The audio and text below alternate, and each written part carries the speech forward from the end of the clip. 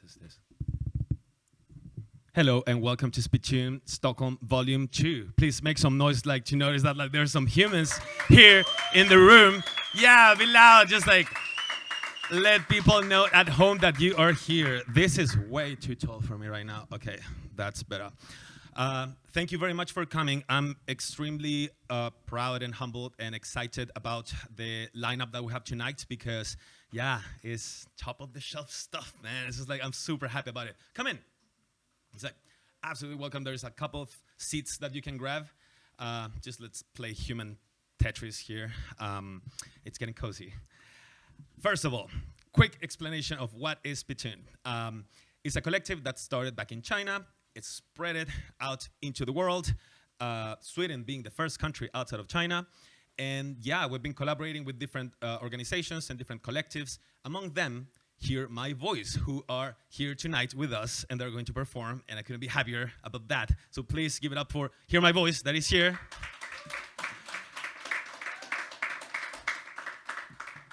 I'm gonna make you clap a lot, just so you know. And yeah, I mean, we've been just doing all these collaborations through the years, and now we're here. Stockholm edition of Spittoon is literature, is video, is music, anything that can be mixed with text. You can come, you can do, you can submit. You're welcome to do so. So, one more thing before I start, because we have a lot of performers tonight. So, we have an NFT branch of Spittoons. So I just have to, thank you, Nico. That's, this is Spittoon attendance token that I will give you the instructions via the website how you can claim. There's 100 of this, and they're for free. They're yours. We need to figure still what is going to be the usability of it. We're going to create some kind of benefit for people who possess this token, whereas that could be like, you know, better wine. like people that comes here, they have like a particular stash of different wine, you know? Well, as I said, we'll figure. The purpose of this is that at some point we want to bridge authors and creators with their audiences via these NFTs. This one is for free. This one is our gift from ours to you.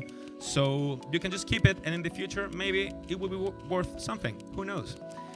With that said, there is a website that I'm going to post later on that is Spittoon-NFT-Spittoon.simple.inc. You don't have to learn that, but just so you know, there is a website, and you can go after, and you'll see the instructions how to claim it. But basically, my very good friend, John Berger, who lives in Quebec, he's in charge of everything, lovely dude, and he's the one who's going to send you basically this token, you know, for you to possess. There's no other way around. There's no that you can like scan a QR code and just get it automatically.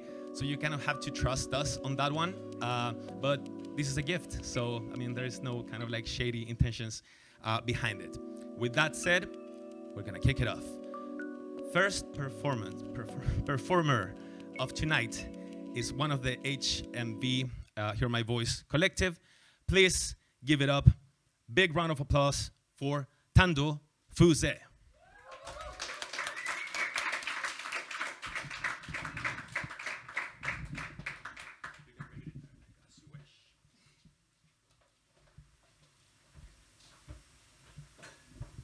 Hello. Hi. You good? I don't know if I am. We'll see.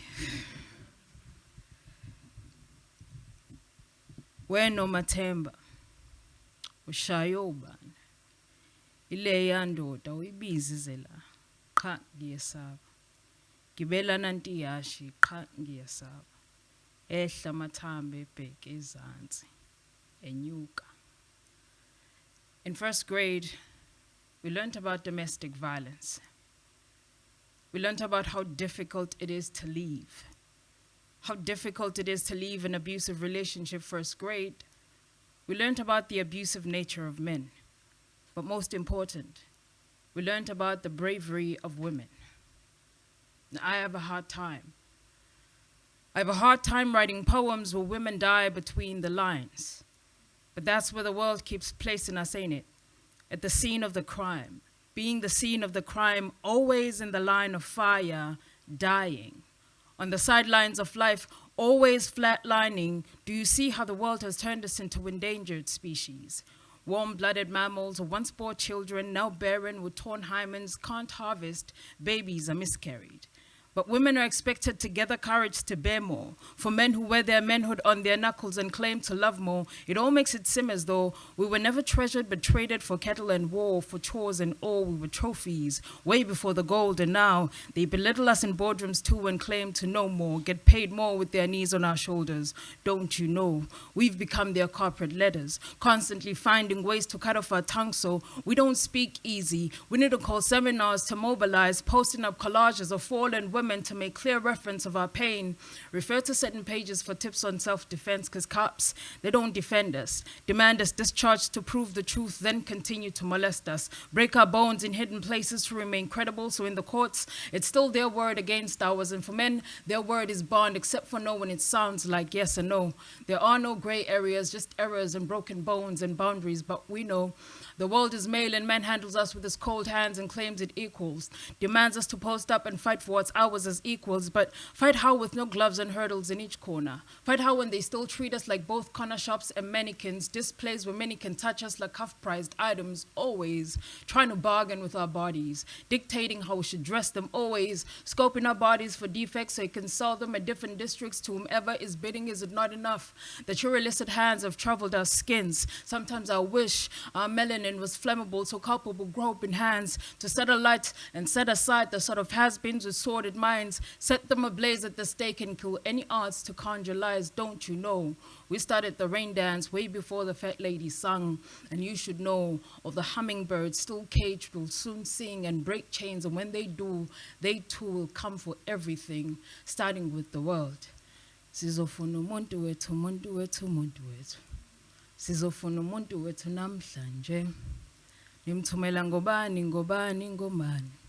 Simthumela ngothando namhlanje. Hamba kahle, pretty girl, pretty girl, pretty girl. In first grade, we learned that no woman comes out alive. That in order to get one back, you need to send one in as an offering, as a sacrifice. Because what is a woman but a dying thing? What is a woman but a sacrifice? The first time I fell in love, I learned to make bad edits on purpose. I learned to erase myself, to lose myself in judgments. I tried to unlearn my magic, learn to fold myself into whispers passed off in between sermons and bathroom gossips. I learned to love in secret, so she became a poem. I spoke of her love in metaphors. I hid our history between the wrinkles on the corners of her eyes to unpack our memories with every smile, then struck her off my delicate traces, wrote over her name and removed her from my tongue. They said she was sin, said I should cough her breath up with blood. To rid myself of sin, I asked him to wash me in her blood-covered breath, to baptize me in the flowing pleasures of sin. Since then, I've been building our coffins with every kiss I lay on her skin. Our ashes already await. They've been speaking us into dust with their loose tongues. Our tombs have been filling up with our godless love. So love me to the grave, you hear, so we can rise again in front of him and call his bluff. Tell him that even in death, hate couldn't contain our heartbeats. Tell him that we crushed and burned out like phoenixes to rise again with renewed love and perfect edits. Tell him that love was never afraid of our vaginas, looked at us like gardens blooming in spring, and there I found my Eve, naked as truth. Since then I've known no greater love, so we will become poems recited to lovers who kiss with doubts in their breaths, whose heartbeats are losing their sync on purpose. Lovers who never say each other's names in case the walls of Jericho crumble with them. Tell them that there is Sodom in every bedroom, and some people have been using their curtains as if they were the scars on the palms of Jesus. Tell them that our collarbones lay open like pulpits, and we are the verses that we have been searching for. My beautiful blasphemy, I've been building our church with all the stones cast upon us. I've found an altar on your bosom. I will worship at your feet, for love is my witness. Let's pray again tonight. Ngaphumala insi, ngaphumala amaketa, ngaphumala insi. In first grade, we learned that women are always trying to escape, that 9 out of 10 times women will fail to escape, but we learned that if that one time you manage to escape, run. So, what happens when black women who have died more than once get to heaven? I imagine that all worship stops and all other women gather to await the coming of a storm. But it's all joy and ululation because death has become our saving grace. And as one woman arrives, ushered by the greatest of her great-grandmothers, she sits in front of a timeline of women fallen from her family tree. And with a sigh dragged from the back of her mouth, she says, I think we're gonna need more wine. Gabrielle has died more than 8 times along with all her joy in bundles. Her body has kept her prisoner for decades for being woman, convinced her arms they aren't warm enough to cradle mankind. Her womb couldn't stomach the screams of babies born of loud bones, of warrior descent, babies born of a woman who holds power on her tongue. Another woman arrives, a gleaming light, to a congregation of women singing Hosanna in the highest, my mother, a woman of the cloth, fed us prayer when she realized that sometimes death is building entire worlds in the heart of another, only for them to set sail and settle in the backyards of other dying women to build crumbling castles in the air, to play house and then step out and leave them, raising black Barbie dolls in broken homes, 2 women, unsure of themselves. It showed in their steps, and as their innocence crept, they kept looking back at their fading dreams, too young to fathom how death found them snug in the arms of their so-called lovers. Uzolile no Jabulile, their names sound like a quiet storm, unlucky to have stirred up a mess of a love. They woke sleeping Goliaths with not enough Davids in their throats. They died by the gun and fell at the feet of their men. One woman walked in a flame. She came flickering to her demise, followed by another, a massive explosion, a supernova. I guess it is true. The sun stars glimmer long after they have died, and maybe to die before you die is a synonym for black women bodies. I too have died in pages, on stages, in hallways, untwining my fingers from my lovers, too afraid of stares and slurs. I grew tired of loving with my art, every lover a metaphor. How could I adjust my heart in such awkward attire of dissonance for such an honest love? But how could I not? What harmony could come from such heavy fright? My thoughts take flight and hover over the women of Kampala, Nigeria, Darfur, the South. Africa has always raised her daughters with their heads held high, her hands still tied, her belly mined over gold and oils, and still remains the uproar of oppressed nations. Some women are born cities. They're skyscrapers, born to stand erect, to rewrite history. Some are synagogues. They are places of worship. Some women are igloos, incredible beings of marvel. Some are oceans of holy, oceans of baptism reduced to blood rivers. We are walking monuments. But first, we are people, we are women, and God knows we are not afraid of dying. I want to see my Jenny, my Jenny, my Jen. I want to see my Jenny, my Jen, Jen, Jen, where Maga Jen, oh, put Jen. In first grade, we learned about the deep depression that women sink into. We learned that someone always knows about women's suffering, knows when they disappear into the thick of silence or disappear for speaking up. But we're taught that no one is coming to save the woman but herself. So tonight, we've come to watch the final nightfall. We've closed all our windows. Last call on stargazing for the women still here. Here, definition, in, at, or to this place or position. Used in a sentence, women have lived here for centuries. They're not an alien thing just now discovered. They're not a punching bag. They're not punching bags or a doormat. They're not a thing to hold in your mouth carelessly. Thing. Definition. An object that one need not, cannot, or does not wish to give a specific name to. Used in a sentence, a strange thing happened yesterday. When a man wished his conscience clear, he swallowed her name first before turning her into a patch of soil. Soil. Definition. The territory of a particular nation. Used in a sentence, there is crisis on African soil. The number of failed crops is rising. We are hesitant to plant new seeds. We cannot grow children on blood-soaked land. Children. Definition. Human beings below the age of puberty or below the age of majority. Used in a sentence, it seems we are failing these children. The village is burning, and we have mistaken the smoke for a dark cloud. We should have known there was fire when the children stopped playing. Stop. Definition: to keep someone from doing something. Used in a sentence: the neighbor should stop him before the first strike, should not wait for a scream or the cracking of bones, should not wait to see eyes shadowed in black or blue, should not wait to see a monster hovering over a lifeless body, should not wait. Blow the whistle for the women still here. Thank you.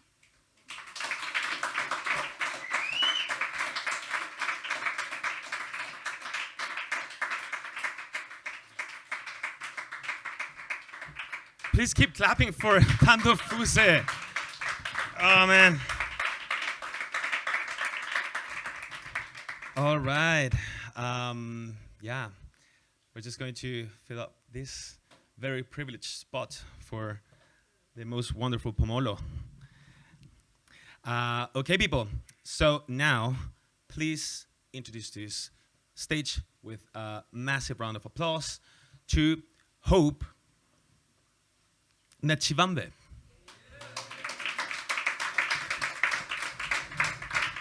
Okay.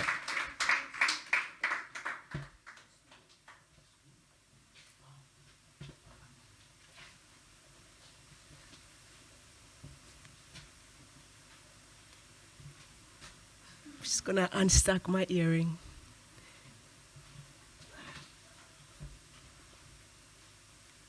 My mask, rather. It wasn't the earring that was stuck.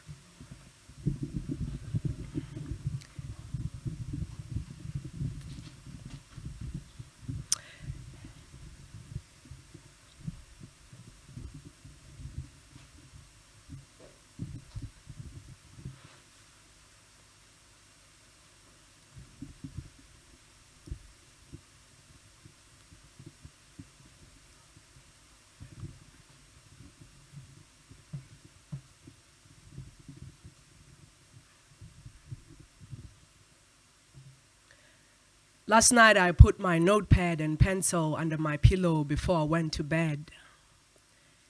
I thought perhaps when I awake, the poetry of night, the secret poetry of night, would have vomited its dreams on pages. I thought perhaps I would wake up with an understanding why some people believe that love can die. I wanted the night to befriend my heart. I wanted to become lovers with it. The whole time I was asleep, I kept wishing that when the morning came, I would wake up with a lullaby to remind me of all the secrets it shared with me. Last night I wanted to become a soldier, throwing bullets at every obstacle standing between your heart and mine. Last night I wanted to become voices of 1,000 angels so I could whisper to your soul what my love means when it's tied around your heart. Last night I wanted to become your closest friend so I could hold your hands until your fingertips start to sweat. Maybe then you would understand that I am here to stay. Last night I wanted you to meet me in my dreams so our hearts could have a conversation that would continue long after we are both awake. I wanted to tell you that you turn my heart into poetry. I wanted to tell you that my heartbeats have been converted into sky veins. I'll show you when it rains with thunder. I'll make you feel how my diaphragm contracts. When I hear you say you love me, my arteries celebrate when I am close to you. I want to live next to you.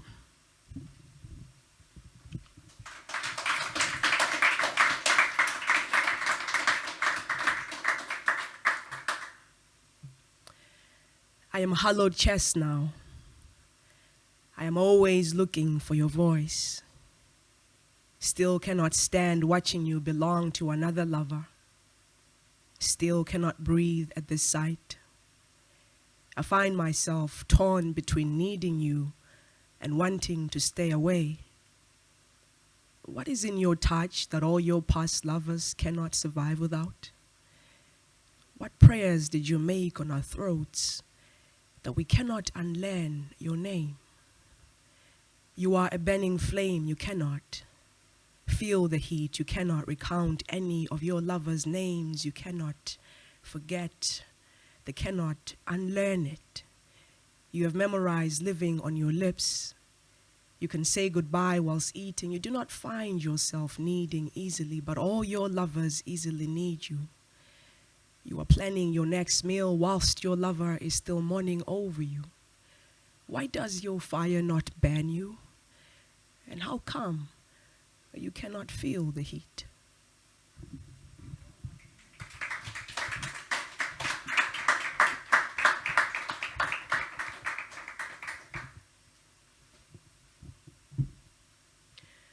Ndichemduko ndo wandisa ophi ziguru. Atongo shushedzwa nga zwitori zwa zwiguru. Ndovha ndichitoriwa. Ndichipangwa begeni yabewa ntha wardrobe. Ati atiwona chiguru. Atitendi kha zwiguru. Ndi ḓivha zwitori zwa vhukuma. Zwa zwithu zwo iteaho na zwine zwa khou itea. Ndi ḓivha salungano. Zwitori zwa muliloni. Chachakhuluma ibukati ikho vhilisa maḓi a u ṱamba. Mawe vha khou tshaisa nga 7 vha ḓo vhuya hanefha nga vho 8. Ndi ḓivha khushumusi tshi swika vhasidzana vhoṱhe vha ḓo lukisa mavhudzi. Haya ndi mafhungo na zwitori zwine nda ḓivha. Ndi ḓivha ṱhamu. Ndi ḓivha uri vhundengwa vhuya rwelwa. Ndi ḓivha tshiṅwahaya dzi sa gumi. Ndi ḓivha khonani sa mashaka. Makhadzi vha ri athi ḓivhi mashaka. Malume na baba vho dzumba mashaka. Mara zwiphiri zwi kona u fema zwi masiswini. Honeha tshedzani a huna zwiphiri. Ndi ḓivha uri vhasidzana vha funwa vha shandukisa matshimbilele. Vhathanga vha funiwa vha shandukisa madzulele. Ho vhona kuṅwe kuṱori ka uri khaladzi ya marubini na mushongo ita uri vhasidzana vha mufune. Mara zwo fhedza zwo ita uri vhasidzana vha mushavhe. Ndo no vhuya na zwi vhona uri tshiṅwe tshifhinga ri funa lufuno u fhira vhathu. Ndi u silinga. Richani u silinga.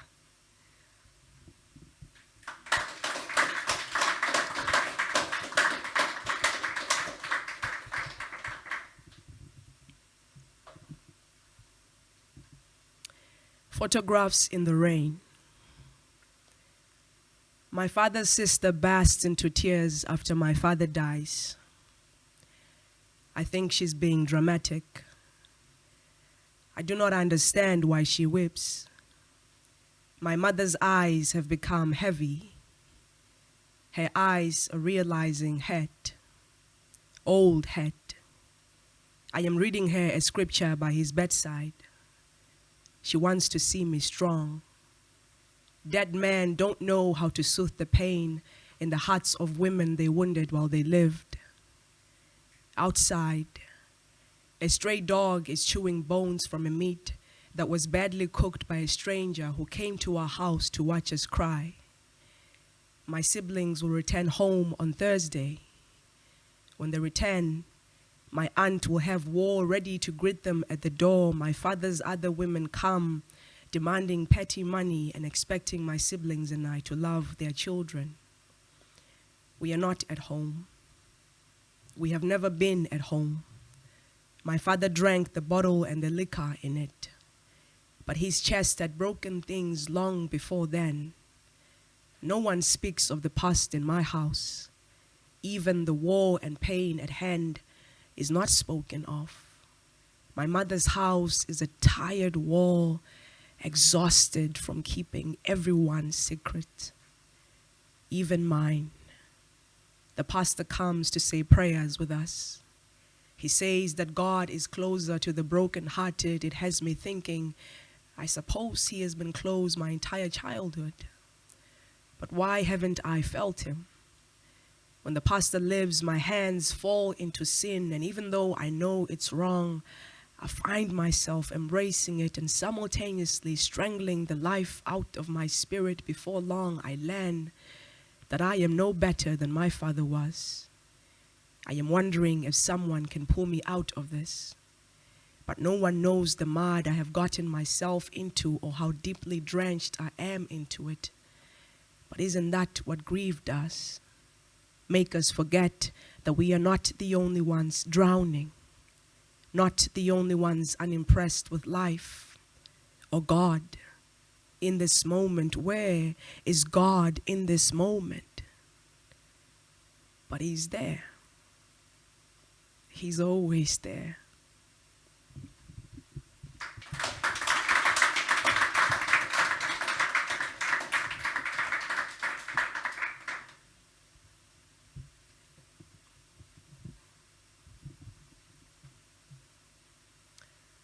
I have turned you into a lost poem, my love. A poem I wrote in a small piece of insignificant paper. See, I lost the paper before I ever made the stage, my love. It is easier if you become a poem, lost in a small piece of paper. I've lost too many poems, my love. I don't mourn over lost poems anymore.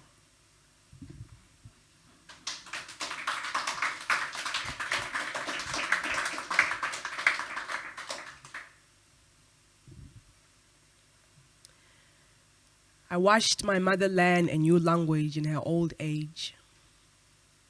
Her tongue did not startle in her mouth. I didn't know you could teach someone a language you were not fluent in. It was my father who taught my mother. He taught her syllables with his hands, taught her metaphors with his absence. He embedded jargons on her wrists, put an accent on her throat. Loved it when she spoke, couldn't understand when she spoke, loved the sound of it anyway. My mother sounds like whipping when she speaks.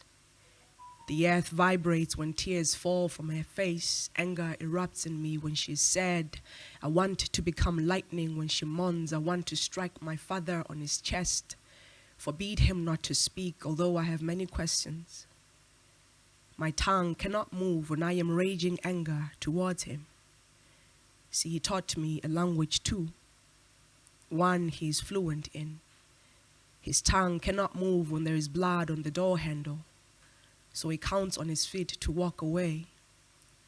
My father is leaving, but he never takes his suitcase with him. Doesn't know how to be completely gone, doesn't know how to stay. He hates the sight of blood. Our face is tall from all his walking away, so he cannot stand looking at us. I don't know what language or languages he was taught in when growing up, but I think he mastered them all.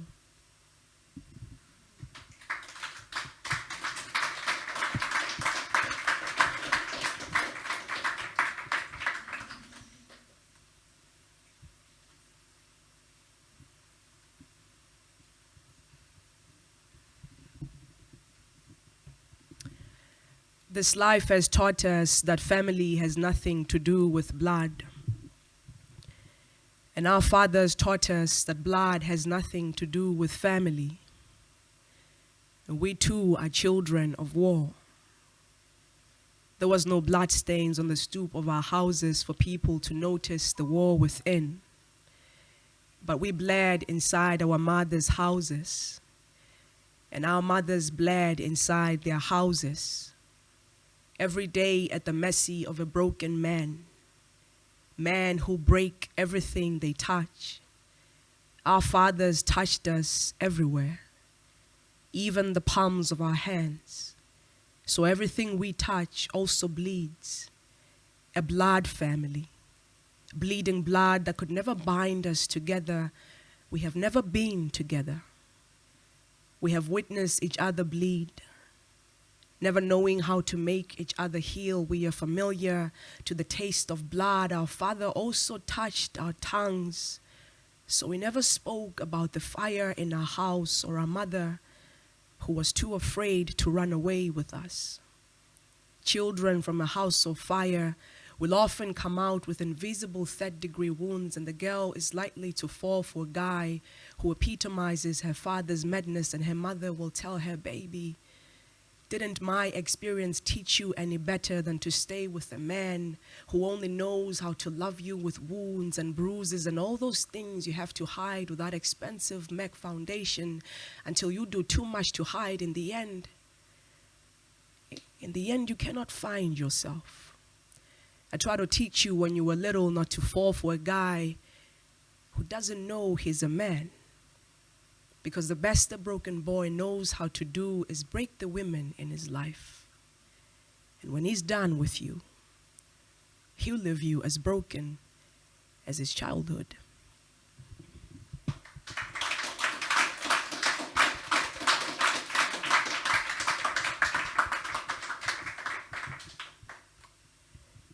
Gonna do my last poem.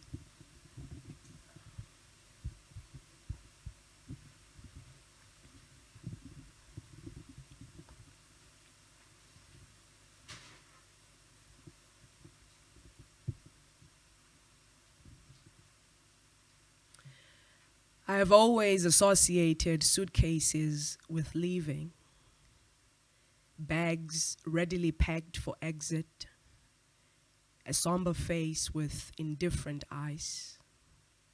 Once, my mother packed a suitcase for my father when he hadn't been home for weeks, a heavy heart submerged beneath the crucifix of hope. My father never did learn how to pack his own bags.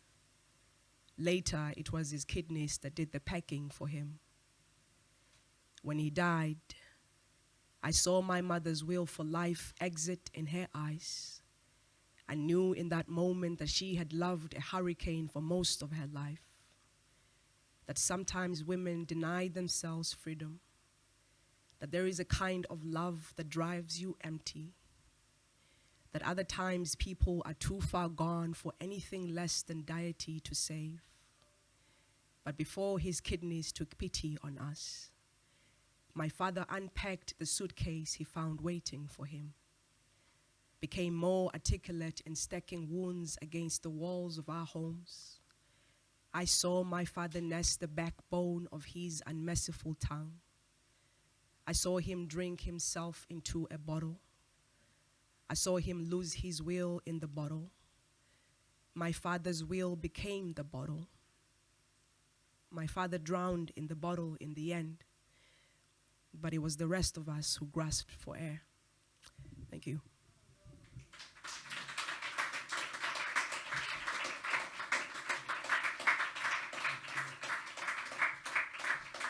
Oh man, keep clapping for Hope Netshivhambe, please.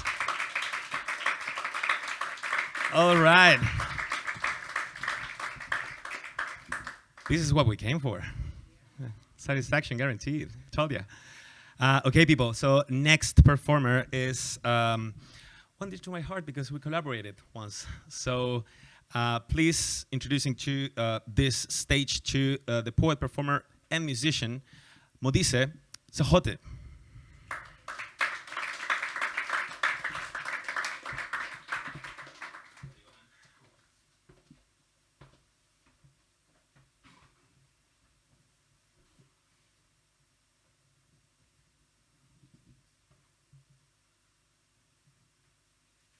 Hello, everybody.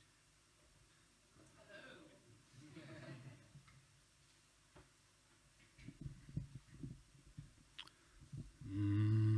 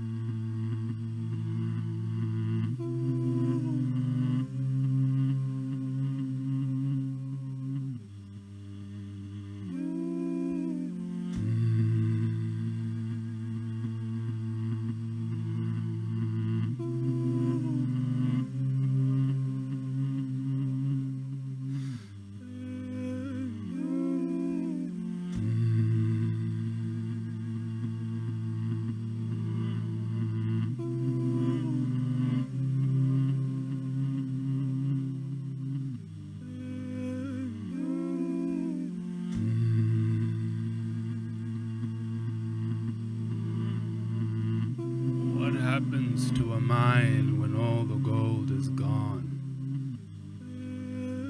It becomes a grave where dreams come to die, where slaves find their chains and birds forget the sky, where beings never rest and diamonds fail to shine, where the strings of a puppeteer is the working man's tie, where we're pulled from post to please the ones up high. The corporate ladder broke and many have failed the climb. The purpose of man is not lost but stolen by the city's design.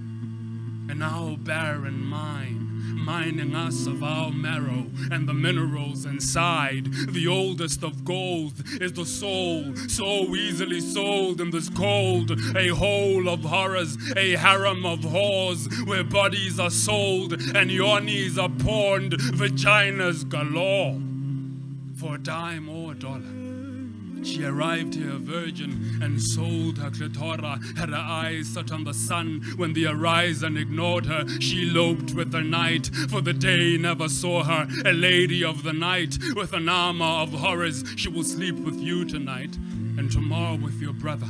She has no care for your cock, but the cash that you will throw her, so she'll lay bare in the light and allow you to explore her, but you'll never pay her enough for her to buy back her honor. She will bring you a delight, and despite all of her tortures, she will still dream of a light that she has seen beaming in the crevices of her life lived in a plight that she refuses to believe in. She believes dreams are divine, and that it's the humans that weaken.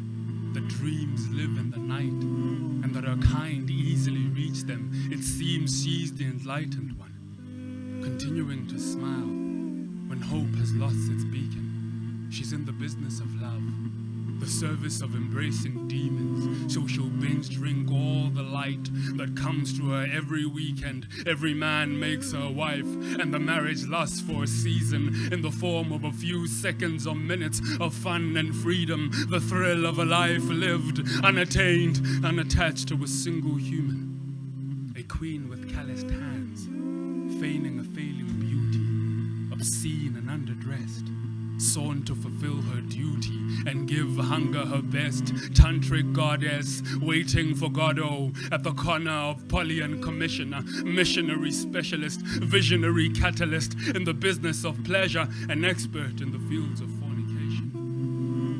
Informally educated in the complicated dynamics of copulation, a master of sex, a sentinel of satisfaction, a guru in seduction. Uhuru is a whore, freedom uncontained, wisdom can't be tainted, love cannot be tamed. Sex is a merging of spirits, spun in time and space, in a network of sex workers. All is one and the same, intermingled and unmangled, intertwined and unnamed. The city sings in sirens, accompanied by screams, the symphonies of violence, a music made by thieves. They've taken my appliance in defiance of my pleas. They will take what they require and retire as they flee. They'll break into your car and carve you out of your seat. They'll replace you on the tar and charge away at the speed of a light they've never seen. The dark is their delight in a night of stolen dreams. They would like for you to fight so they can kill you for a reason, to justify their actions, to a pack of prying fiends who multiply in factions to affect your entire being. We walk around in fear at the gaze of fire demons. We sail the night in fright of the flame inside these gremlins. We hope to stay alive, but know that death is pending. There's a special kind of knife that'll bring you to your ending on the most terrible of nights, that will sting you for refusing and retire out of sight with your intestines hanging and dangling over your thighs. I've seen a man dying and couldn't cover my eyes. I could hear all of his cries and saw his spirit subside, but I knew he had forgiven them, for he saw what lay inside. There were troubled souls in suffering, seeking means to survive. There were frightened and in panic, simply broken of mind. They have seen the darkest corridors, they were beaten into crime. There were once little boy children who fought the streets for their lives. While we were playing with toy soldiers, they were handling knives to protect themselves from monsters. They couldn't cower and hide, and now the streets have simply hardened them. Their hearts no longer alive, they were broken into pieces and pierced 1,000 times.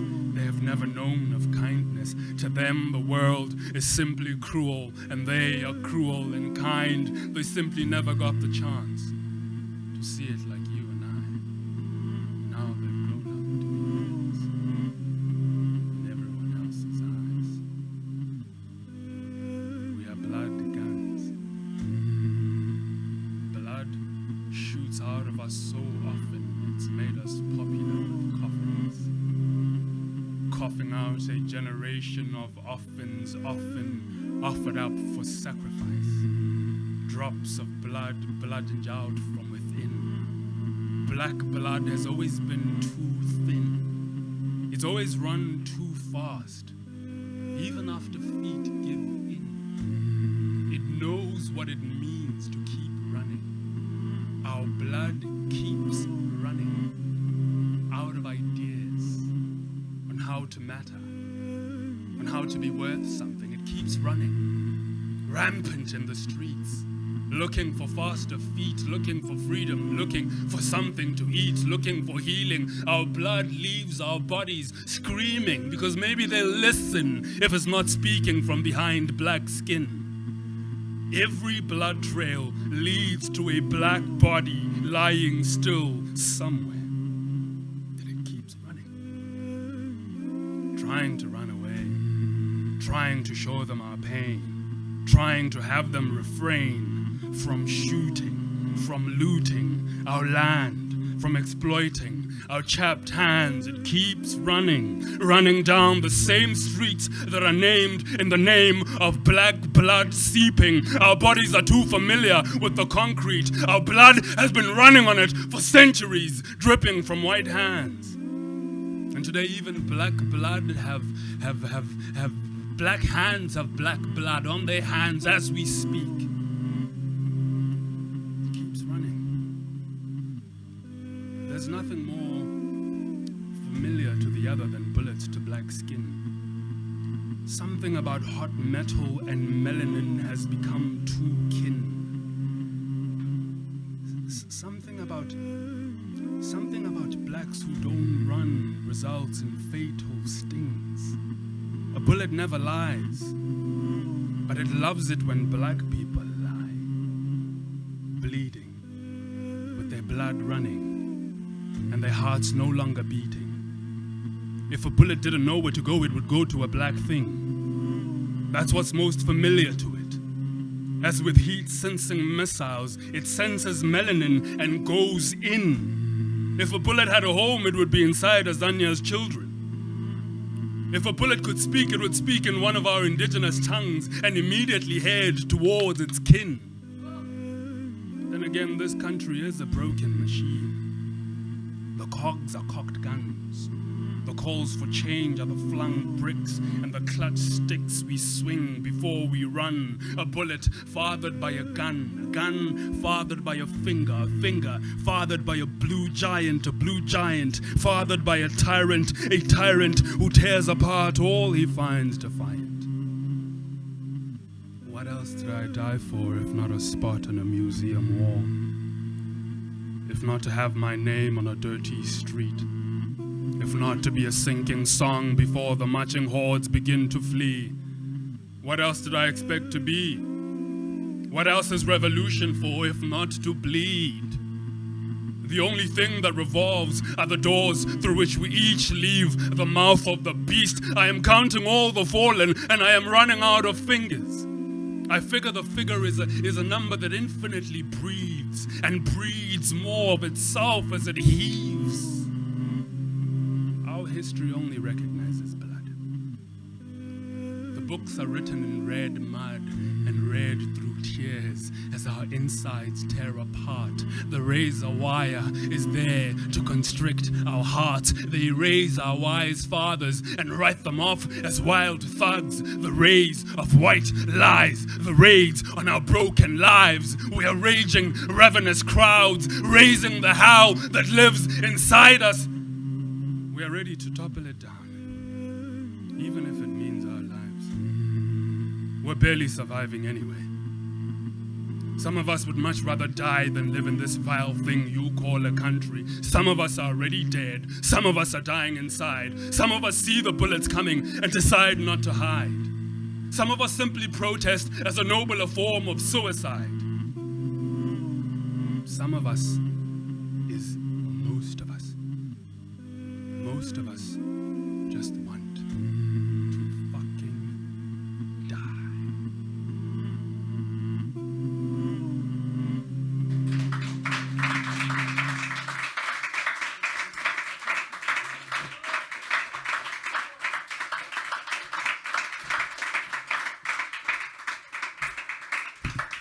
Just keep coming for Modise Sekgothe.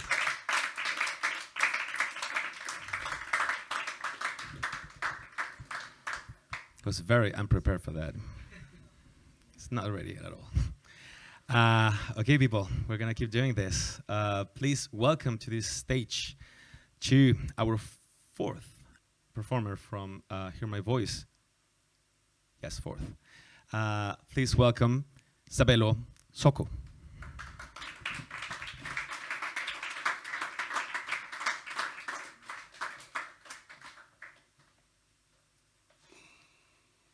Hi, everybody. Okay. Where I come from, when somebody says hi, you say hi back. Hello, everybody. Hey. I'm going to do poems in isiZulu. Please just trust your heart to hear what I'm saying. Ngiphakama ngokuphakama kwamaphupho. Papa poko poko poko pele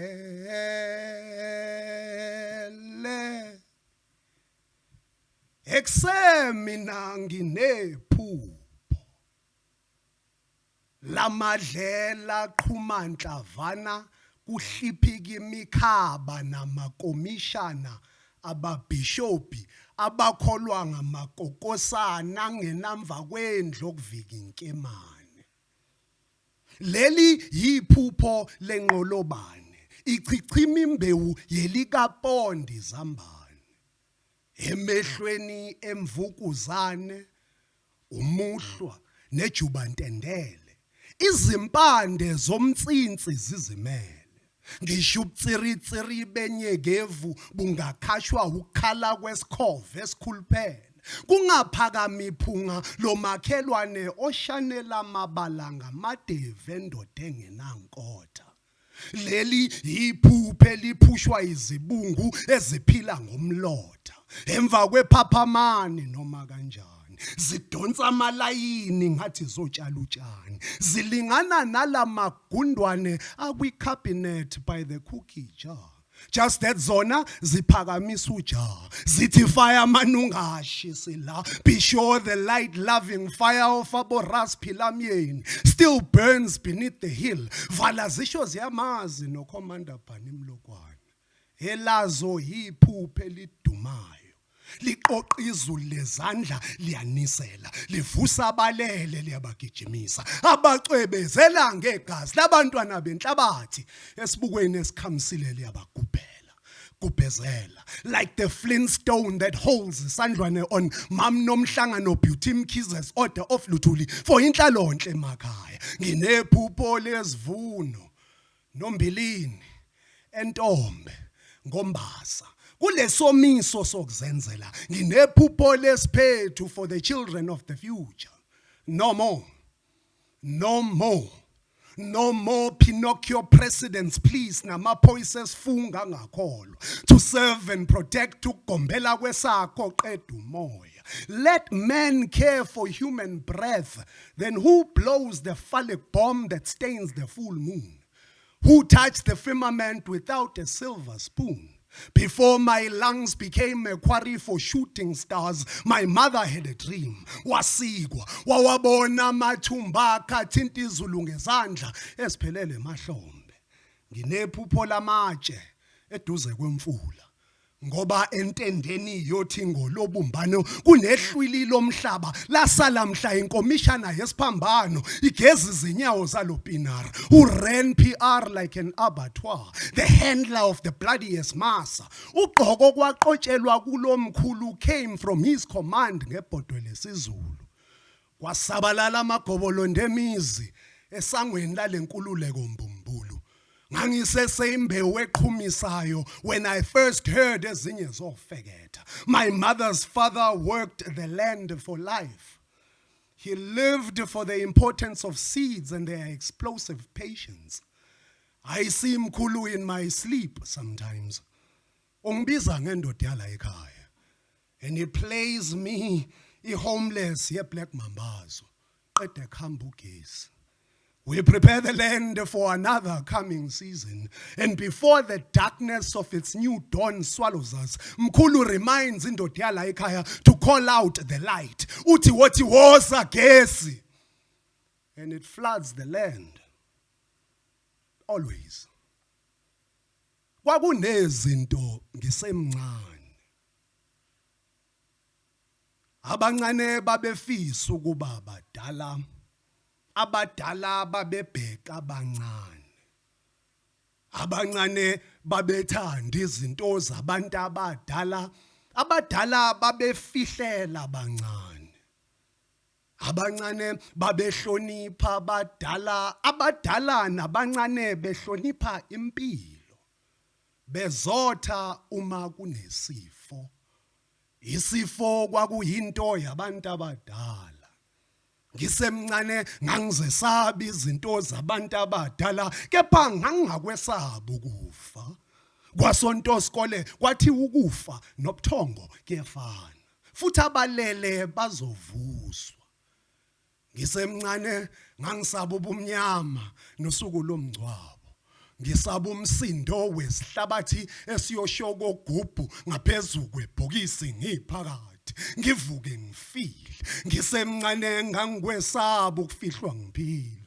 Ngangikwesaba ukuvuka emgodini ngimemeze ngingezwakali. Ngaphezulu kwamaphimbo ashiya amagugu alelizwe.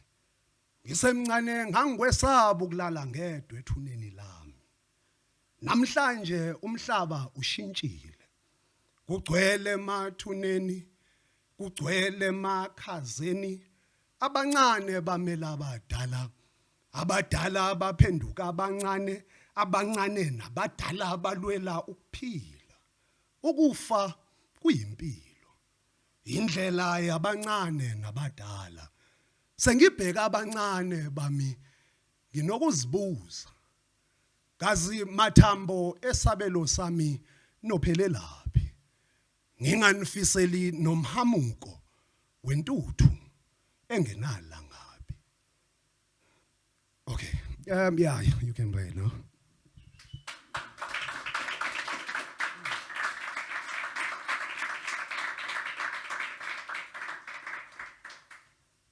Saka imali. Saka le mali. Saka le mali. Saka le mali. You can dance if you wanna, yeah? Saka le mali. Alien pollution. Pull out my creeps, if I don't see, pass stuck up on this. Saka le mali yami.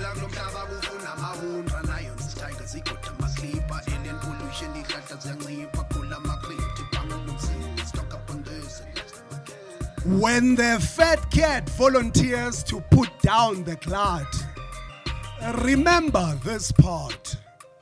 Ikatilale ziko umalthanda, yinjedlu fezela indlala, naka yona qala. Debel with this, debel with that, dala what you must daily, debel and debel and debel by two. Do not touch credit ongayidingi. Kuno dabula manzi abafuna ifa lakho as collateral for Hong Kong favors. Balala mazolo labo bazokhomba emuva nge3. Besuqhuba imbuzi buka uyantanda. Mind yompela sonto.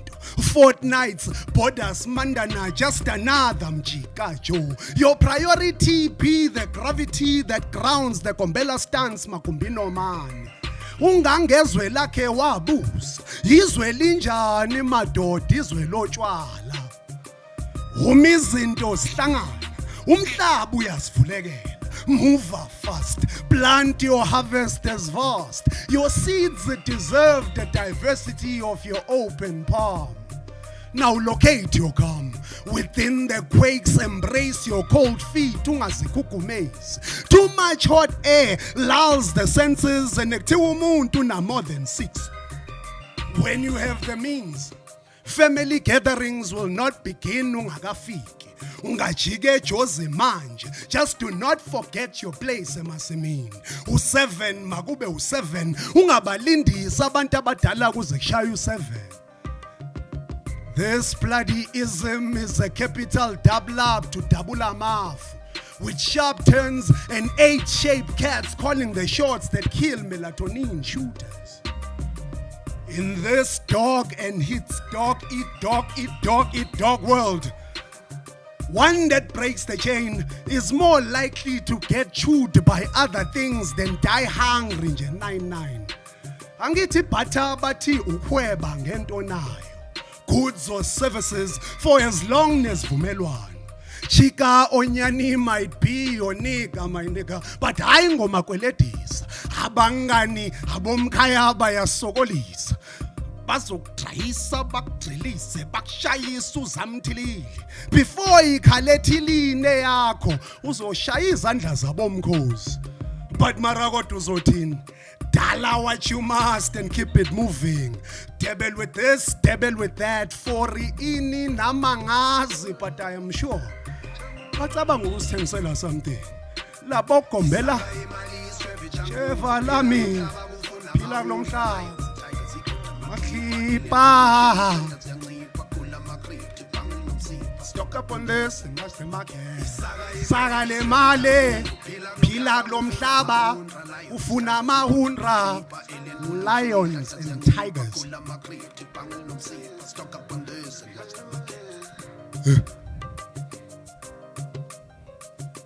Isaga imali isijwevi chankura. Ukuphila kulomhlaba kufuna mahundra. Lions and tigers igoda maklipa. Alien pollution ihlahla ziyancipha. Khula crypto ibhangel nomsipha. Stock up on this and watch the markets. Thank you very much.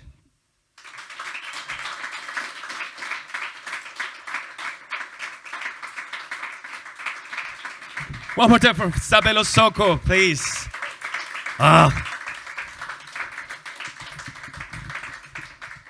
All right, people. So the last performer for the Hear My Voice collective coming to this stage, please welcome to this stage to Zimbini Makwetu.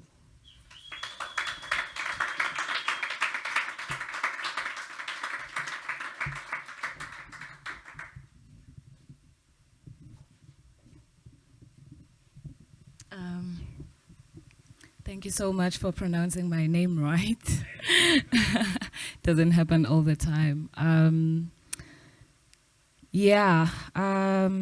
My music teacher and myself fought a lot during my studies. She thought I was stubborn, but I wasn't. I was just more interested in finding balance between music theory and African spirituality. But one thing we ever agreed on was honesty. She taught me honesty, and so I'm gonna be honest. I don't think this performance is really for you, but it's more for myself. Yesterday morning, I lost a good friend of mine, and the song that I'm gonna perform now is called Ndiayolela. I wrote it during a lockdown, and it is my last wish. So I hope you Enjoy.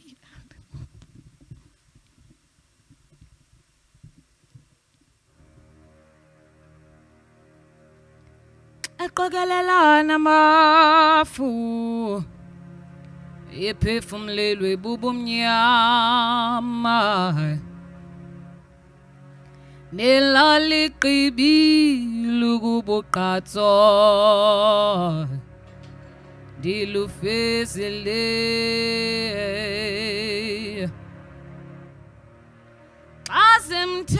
asimthathi nyembezo mama zimjule emva kwecangwa nabe engafuna ukholu kube yami indima ndiqibile senitshwa ndikhumbule ngengoma andikhumbule ngengoma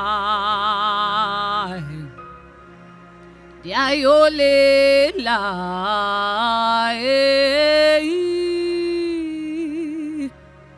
zenindo belele ubomi bam bopelela phi imizambo yam yopelela phi ubomi bam bopelela phi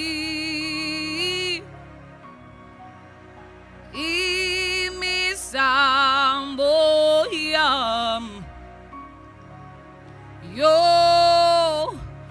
yopelela phi mandiyolele asirhunjelwa amangcwaba sisaphila ay anindiva ndithi mandiyolele akulo mhlaba wokhokho bethu sisikelwe iziza zemizi yethu zamakhaya wethu wokugqibela ndiyayolela ngoba ixa lokufa asilasi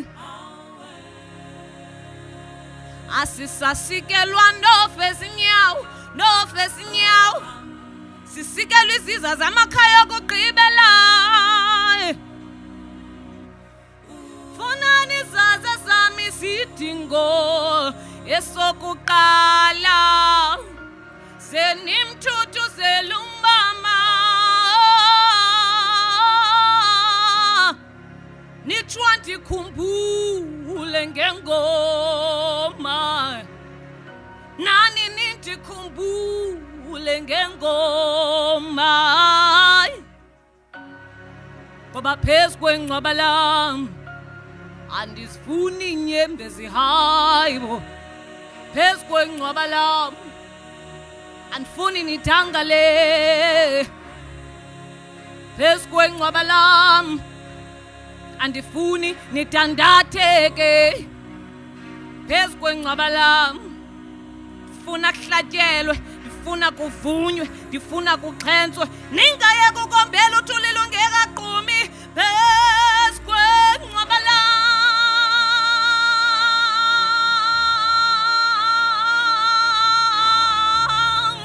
yombelani yombelani yombelani yombelani yombelani mbambazeleni timbambazeleni ngengoma ngengoma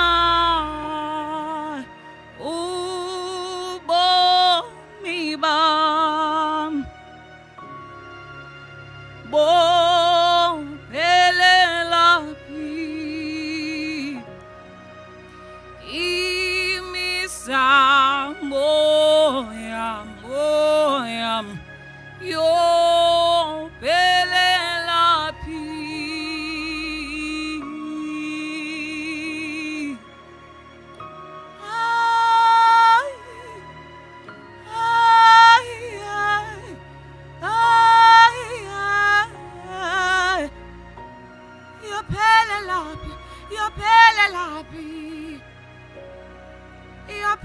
laphi, iyophela laphi, le mizamo. Iyophela laphi, iyophela laphi, iyophela laphi, iyophela laphi.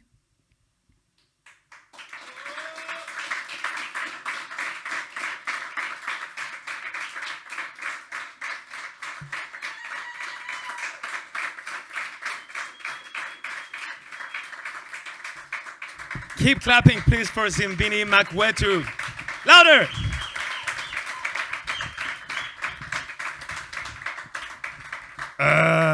This has been a bit absurd in terms of talent. Man, that was our first blog. That was Hear My Voice collective from South Africa.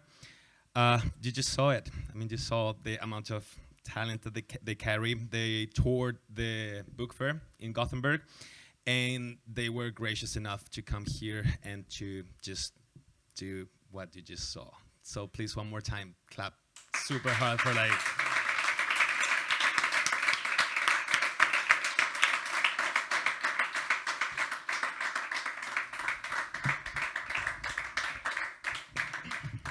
All right, people, so we will have a second section, but we're going on a break, as I said.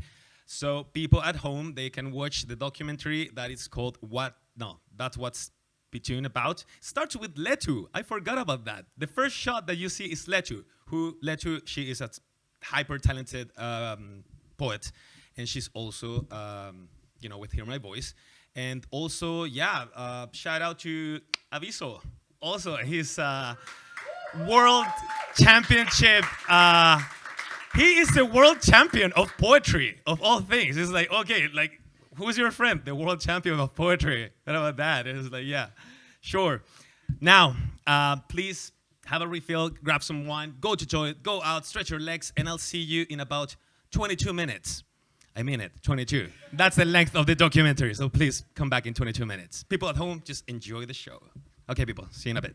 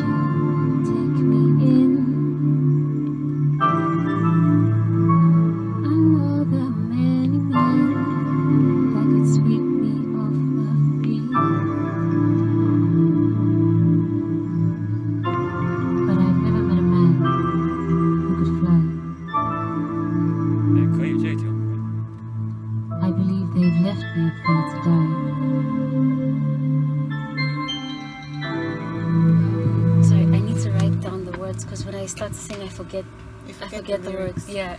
Men, women, children turned faster than pain, faster than thought, faster than regret, faster than farewells to smoke, their shadows only lingering. And then the silence, and then the cries of those alive or barely alive, blinded, floundering in darkness, burned, a schoolgirl burned all over. Her picture hangs in the museum at Hiroshima. Still alive, but barely alive, lost, blinded, her whole life, her whole future snatched away in that instant. Yet, aren't we all statistics, whether we live or die? Statistics? One survivor described the light as beautiful.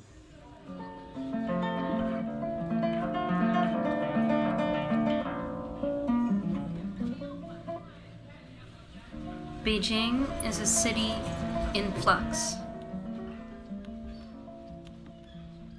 Beijing is a city filled with people from all over the world and every province in China.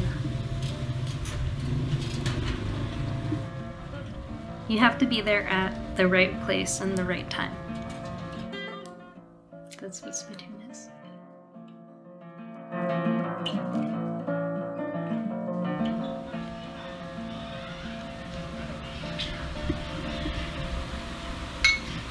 Best beer in life.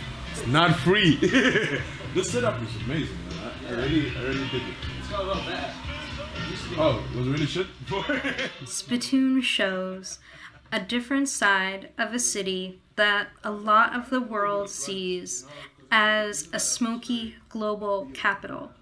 But there is a thriving community of artists, writers, and musicians here. Oh yeah, he walked in and was like, this is the shit. Spittoon Slam hasn't happened yet. It's got its inaugural night on the 21st. It deserves that attention. It deserves its own little slice. So that's why I've kind of sequestered away the Beijing article for this night, and also why it has its own group. And this presents us with an interesting challenge, and I think a very effective challenge of actually creating a new crowd for ourselves, you know? Poetry slams are one of the most beautiful forms of poetry. Because you're allowed to tell a story, not say a story, but tell a story. You know, you're able to bring people through a journey that you can't really do when you read poetry. Because when you read poetry, there's a certain level of disconnection from it. I am telling you, the audience, about a thing. Where when you have slam, it's like, you, the audience, I want to bring you through this thing. Chris de claque sa gueule parce que ça fait du mal d'avoir du mal à jouer de la musique, conclue par un prix acoustique. Une danse lascive dans ta bouche, tes gencives vont s'éblouir. It's not just my experiences, but it's the experiences of other people. And in that, I literally just write about life. Tell us, you snake charmers, you Twitterers, about your America of straight teeth and spoiled health. I don't know what it's like to give birth, but to watch somebody talk about it and the way they enjoy it, you're like, that's beautiful. I mean, I can't do that, but I understand your feeling, and I'm happy for you. I'm happy. I wish I was there with it, you know? And like, how do I capture that feeling? Let's start with my heart. The heart, the most confused, elusive, and sneaky part. 7 different people, 7 perspectives. 7 different people there to witness it. The more styles you're exposed to, the better your slam gets, because you're like, I never thought to include that, and now all of a sudden you're like, I've got the perfect like phrase that can go with. How I believe macaroni and cheese and coffee doesn't go together. How does it feel to be on the stage and do It's that? thrilling. It's like a rush of like emotion and what's the one that like the adrenaline, right? And so you're just kind of like, oh my God, this is happening. Inside your stomach, the butterflies are going. You're like, oh my goodness, maybe I need to go to the bathroom, maybe I need a shot of something. You like keep going, you like push through it, and then when you're done, you're like, can I just one more now? This was awesome. I did I nailed it, I killed it. You're proud of yourself for just doing it in general. You know, I'll tell you when you did a great job. I'll never tell you when you did a crappy job, because I'm hoping you're gonna do it again so I can reach you again. Leads me to places where the shadows whisper at me to verbally castrate your throat for all the secrets you hold dear. And think about when you believe nobody is near enough to hear your heart go thump. For all we know, our stories could have begun in the seed. The urge to let our bodies bask in the sun-warm breeze was the real enemy, and it frightens me to write this, to talk about you this way, because my prayers have come back with no foreign address, and I've got a lot of things to say, and sooner or later, Atlas will have me in his grip, giving me discount street lessons on burden when my shoulders threaten to break. So this isn't so much a letter about how I don't believe in you, but more about how I fight to keep doing so. How I keep wanting to, because I want to, more than I want to suck air from the atmosphere with my lungs. 中国自己的声音太惨了。咱们弄一个，我也想参加中国专场是吗？中国并没有 slam， 然后所以是一个对我们有挑战的东西。我在说，并不是说一定要有一个 slam，但是我希望就是 poetry Spittoon poetry 有更多的，就是快速的。Spittoon has organically developed into an organization that caters to a spectrum of literary genres and types of entertainment, from live readings of poetry to musical collaborations like Spittoons.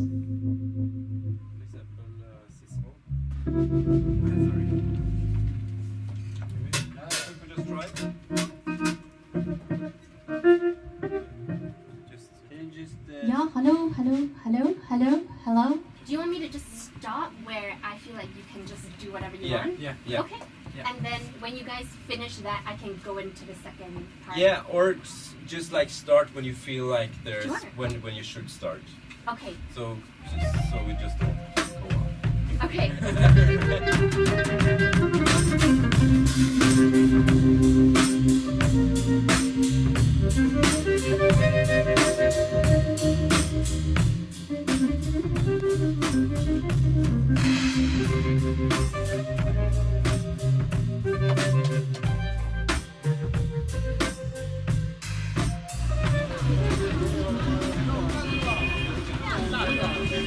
Just standing on the Daldalco intersection next to Gulo Dongdaje over there. Quite a lot of the venues that we hold events in are located around this area in Gulo. Today we're going to be talking about the tour and its processes. The team involved with organising the tour are there, and also we're going to talk about our website. This is the first time we've done something like this. Spittoons. If you imagine the different parts of the Beijing leg being the poetry stage, the fiction stage, the Spittoon stage, the content for all of these has been completed.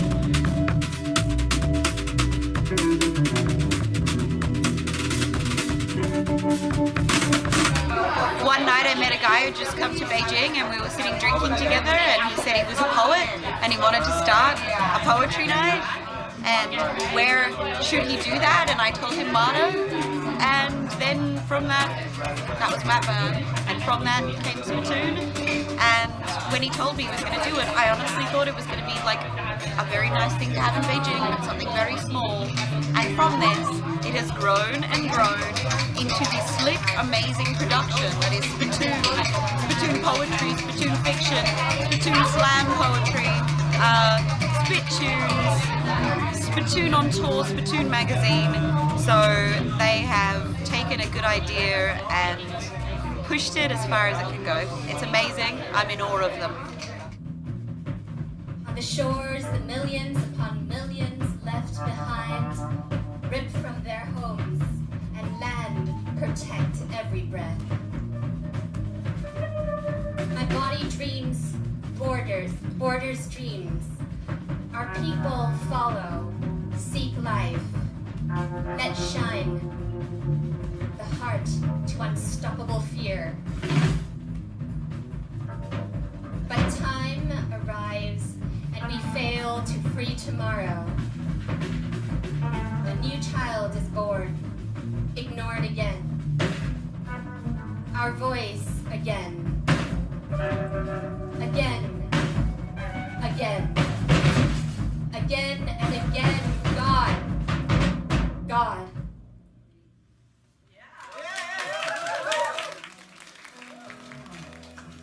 I'm sure you tonight we're going to have a wonderful evening of music, of poetry, and party.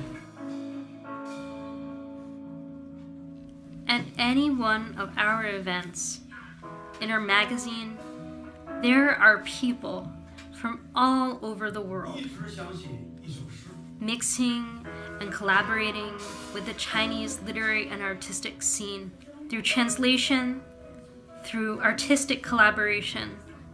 We are constantly amazed and excited by the seemingly endless possibilities that we find before us.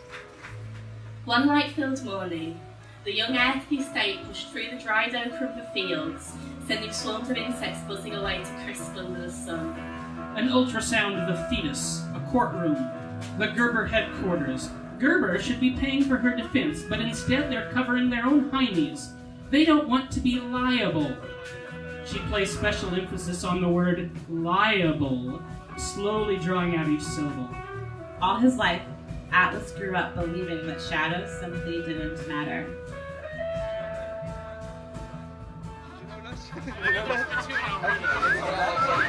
Who said that literally has to be dull? Who said that? Do I look literary? You do. Yeah? Oh. These are like wide, imaginative motherfuckers. Come back in! He lays in bed, listens to him shower, shave. He lays on his side and curls around the warm part of the bed. Man, we'd go to the arcades back when I was your age. You have a fever headache and quarters in hand, but you're waiting, shivering, sweating in line. It's a very steep learning curve, you know, to be in front of people and just like to share stuff with them and to say, you know what, I think this is cool. I think this is something that is worthy to be shared. Older brothers stuffing piñatas with Jolly Ranchers, not giving a fuck about anything besides vagina. We felt cold. At some point we will have this chance to make the great leap. We do this just for the fuck of it, and it will make sense at some point. Right here, someone must have just dropped it. Get to a zombie, calamity, or an earthquake with Sarah Wilson and save her life once. Kiss on the cheek, at the least. The Aztec bridge collapses. Sarah falls with hands outstretched. Catch her and pull her back up. Sufyan looked to the heavens. The cloudy sky was enormously, vividly flat. It had the cool light that lingers after evening finally resolves into night. The clouds had blown in over the course of the day, and at that moment, Sufjan Stevens decided he would never do drugs again.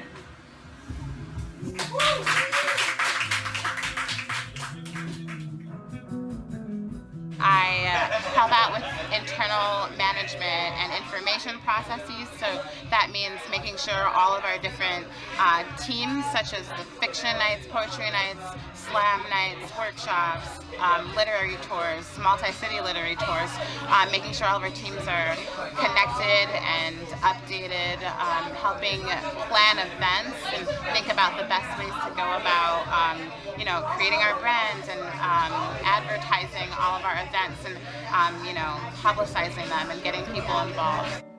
This night usually succeeds with its weirdness. 4 different musical genres, 4 different very different kinds of poets collaborating together, in some cases a month, in some cases 2 or 3 weeks. It's up to the artist to decide on the extent of their collaboration. So one thing that I'm really excited about is that I'm actually not really sure what to expect either.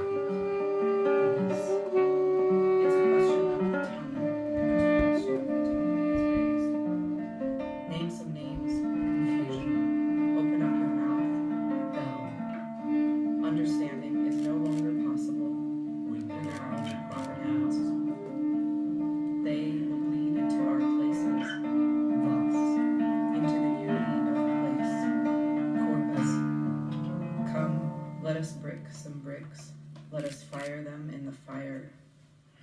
Brick becomes tar, singular stars, between bodies of mortar. Come, let us build ourselves out of duality, ahead into the gray hills. Let us make ourselves one thing, that we not be scattered. Let us bleed some blood, duck, which is at once a tongue and a tower. The ground is breaking. We have broken it, open to inadequation. Let us confound their lips, such banging on. They will understand the mouth of their neighbor. Heim. Our body imposes and forbids. Our parts add up to an unpronounceable name. The Spittoon Literary Magazine is a product of our hard work, led by a dedicated international team that publishes the most cutting-edge Chinese writers and China's best international talent. So Steve, you said last time that we have 3 poetry/fiction. Is that okay? Maybe 45 poems each. Okay. maybe think of a more creative way to space it out so that we have more room for other things. Smaller, like size smaller. Yes, we need people to write short commentaries. We'd be happy to. And this is how we're going to coordinate submissions. So this is a spreadsheet of all the pieces. So we're not discussing the submissions, we're just going to like vote on the spreadsheet. No, we will. Like, if there's any discrepancy, we can solve it here. Is there a reason that you really want to call it fall and not winter? Or it's like 2 seasons are together. Make a winter themed cover. You know, yeah, you've had a fall themed cover. That's a very spring themed cover. Yeah, this time for the cover, we're gonna ask someone to make the cover. Possibly even thinking about some of the pieces, some of the artwork that we've accepted for the magazine.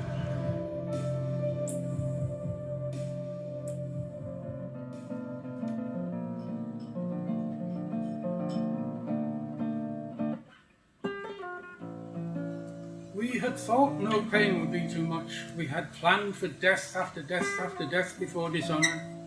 We had planned the divine wind to sink your landing troops beneath a sea of blood. We had thought no pain would be too much to bear before dishonor, but lab rats have no honor. 灿烂的春天，一座半透明的监狱，像塑料盒里的汤汁，反射出生活的棕色。阳光穿过。Sunlight is the dead invisible to men, the gods invisible to women. Estranged friends in disease emerge from unknown text messages to inquire about yesterday. 那是夏季，水的视力还未变暗，我们刚上岸，烟草就变得潮湿。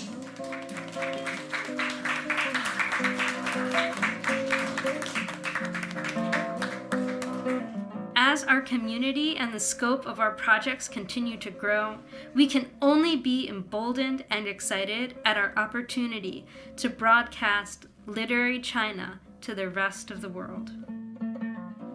Before we do leave, I might read one of my own little poems that I read before here to close the evening, and it's tiny, so it'd be rather embarrassing if I don't remember it.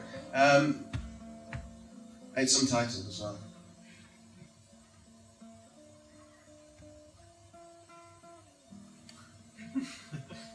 Hang on a minute.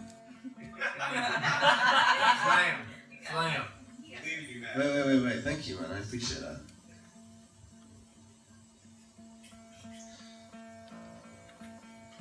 The sun shines out of the clouds. The wet, red brick lights up a little. My hands are webbed with tree shadows, and my writing desk is beautiful. Thank you very much.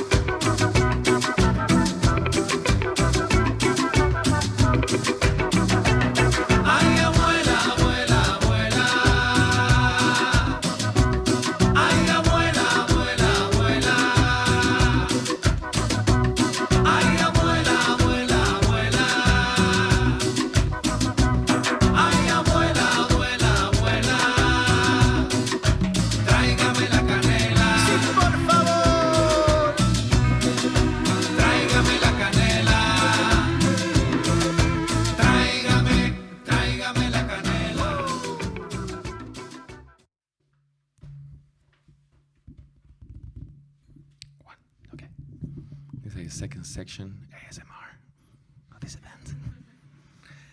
All right, people, welcome to the second section of Spittoon Stockholm Volume 2. So please give a huge round of applause to show that there's people here still. Show yourself. Call your mom. Tell her that you're on the internets right now. So this is very loud right now. It is. I'm going to regulate it, so I'm just going to...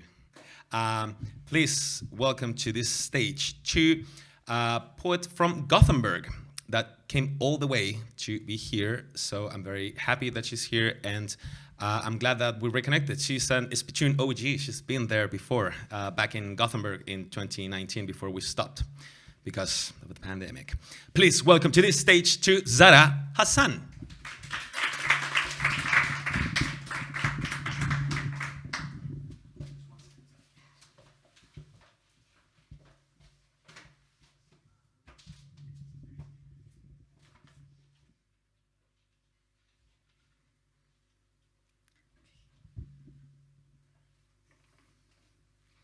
Hej.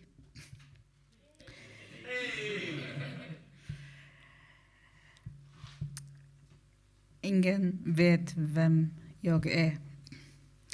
Jag som älskade Mona och Sol tillsammans skapade ett EUs-alfabet, dyrkade livet och kastade det bakom mig när jag lärde känna det. Ingen vet vem jag är. Jag är naturens dotter, dess eviga styvbarn, vän till ekorrar och sparvar, skogens barn, som aldrig tröttnar på trädens musik, som skyndar på stegen mot trottarna, nedhängta i hjärtamörkret. Ingen vet vem jag är. Jag som om jag fann djävulen kallade honom kärlek. Om jag såg vargar, sa så vackra de är. Ingen vet vem jag är. Jag den simpla på livets trottar, som älskade dig villkorslöst och gick vilse vid tanken på den stora kärleken. Ingen vet vem jag är. Jag den lilla som sprang på karrada gator, klättrade i jätteplarna de heta eftermiddagarna på flykt från skolan, och mattelektionens häxa, jag som ingen kände, litade till mitt främlingskap, gick förbi skoldörren i barndomen och sjöng framgångshymner. Herre, hjälp mig. Herre, skänk mig lycka. Herre, hjälp mig. Ingen vet vem jag är. Jag som gick till toppen av berget, lämnade den enkla folken bakom mig, förtäljde historier om lögn och bedrägeri, berättade för folket om kärlek och vänskap och byta övertygelse var gång väggarna trängade en dom. Vede i stora liv. Ingen vet vem jag är. Jag är den enda som visste. Tack.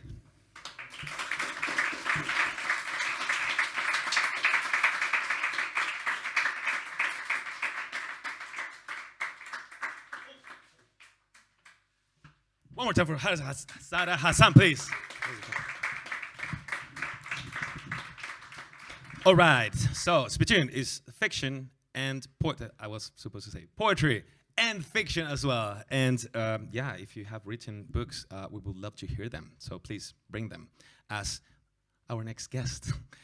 Please welcome to this stage Marius and his book, Travels with, oh man, I will have to read that.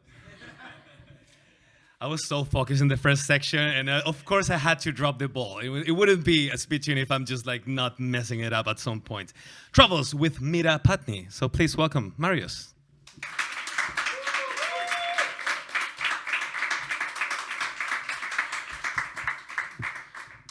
Thank you so much. You did so well pronouncing everyone's names earlier. This is definitely forgivable. Thank you to you over there. Got very excited. Okay, so I'm going to be introducing my book that I recently published, Travels with Meera Patni. That means Travels with My Wife in Hindu. I guess I don't really have the luxury to read the entire thing for you this evening, so I'm going to just take a little extract and perhaps just tell you a little bit about our story.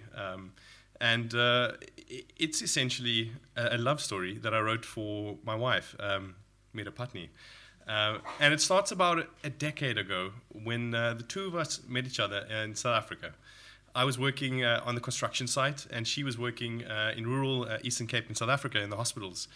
And we immediately had quite a connection. But we weren't really entirely sure what was the next step. You know, did we move in together? Did we get married? Did we have kids? Like, where were we? We were young, and we weren't entirely sure what to do next. So she went and moved away for a year, and I didn't really see her much. And during this time, we decided, you know what? Let's do something. Let's take some time out, just the two of us. So we quit our jobs and took whatever savings we had and bought a one-way ticket to India. From there, things unraveled a little bit, and we ended up going on quite an adventure. We had a couple of rules we wanted to set ourselves. We weren't allowed to fly anywhere except for in and out back home. We were going to keep things off the tourist track as much as possible. And what happened was an incredibly disruptive experience in my life. Without knowing it, this woman who had such intuition as to what we should be doing took me on this journey that destroyed all of my previous conceptions of who I was and what was our point and purpose. So it left me feeling quite rudderless for quite a long time afterwards. So the only thing I could do was to try and relive this experience. We ended up traveling for 30,000 kilometers throughout about 9 countries in Asia, and it was through some of the less frequented areas, you could say. We met some incredible people living in these places that shared messages with us, and some of them were in relationships themselves. And through these relationships, I was able to contemplate how I perceived a relationship and marriage and this person I was with. So when we came back to South Africa at the end of this trip, I couldn't enter society anymore. I didn't know what to do. All I could do was write the story. So I started writing and eventually had something down in words. I must confess, I'm not a writer. I wasn't then. I can say I am now. But eventually, I kept on persisting. And 6 years later, I finally finished this book, which was during the pandemic last year while I had a bit more free time. And afterwards, I tried to get it published because I thought, well, what do I do with this now? I've got all these papers. Do I just print a PDF and give it to Zoe? Ultimately, it was sort of a gift for her. I wanted to remind her of the lessons we learned, and I wanted to show her how much I respected her judgment and wisdom in these moments. Anyway, nobody thought that the rest of the world would care about my little love story, so publishers didn't want to publish it. But I decided, you know what, bugger it, I'm going to self-publish this anyway, and I ran a crowdfunding event, and in 24 hours I raised the money to do it. So here I am now.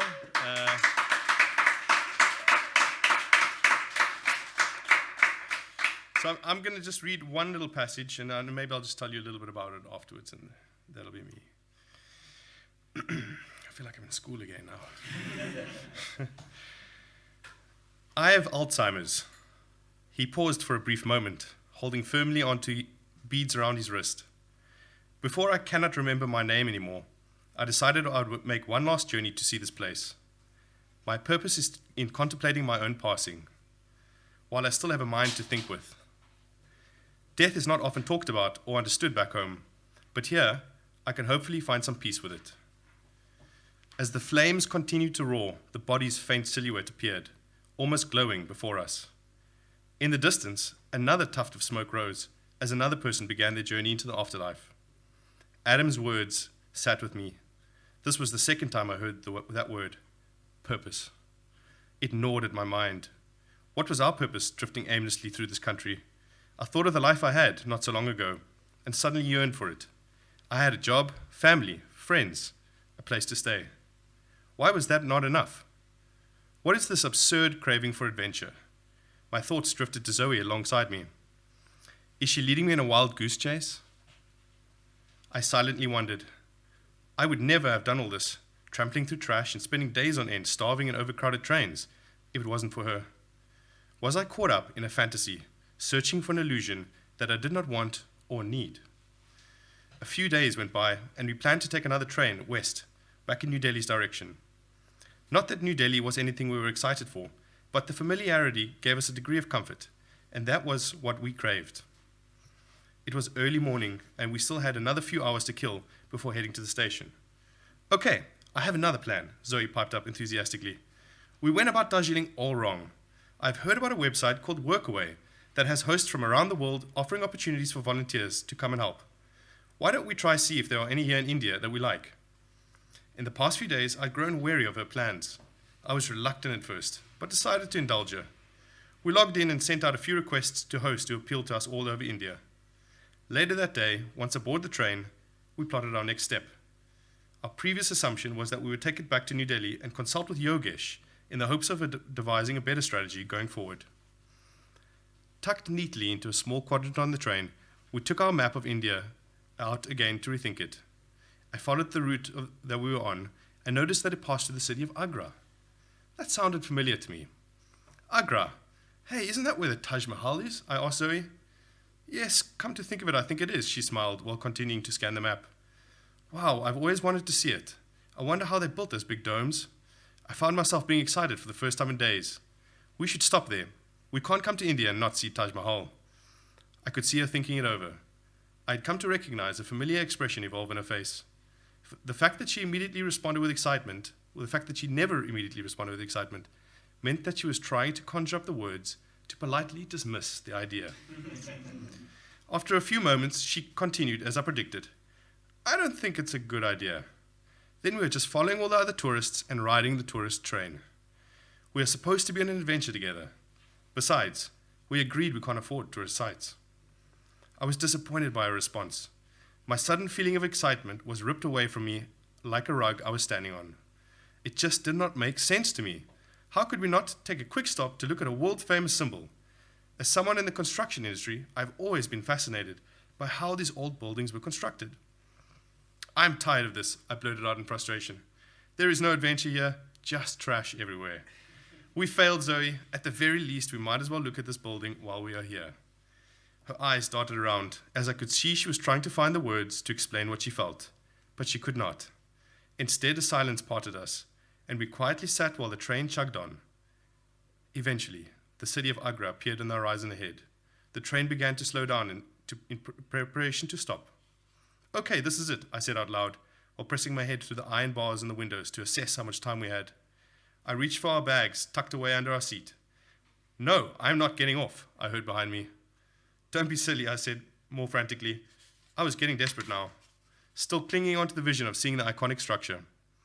We can catch the next train to New Delhi. Come on, we're going to miss the stop. I picked up my bag and made my way to the carriage door. Zoe followed begrudgingly. As the train screeched to a halt, I prepared to make my move to disembark. I did not come on this trip to sightsee. I am not getting off. Zoe stood defiantly. I will go to New Delhi without you.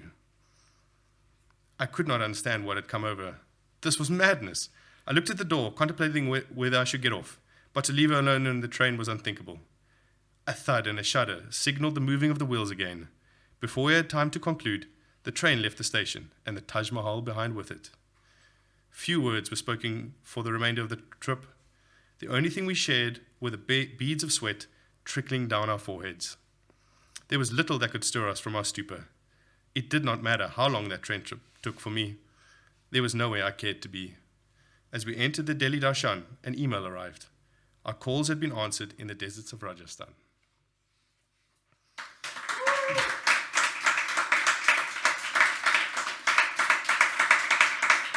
Thank you.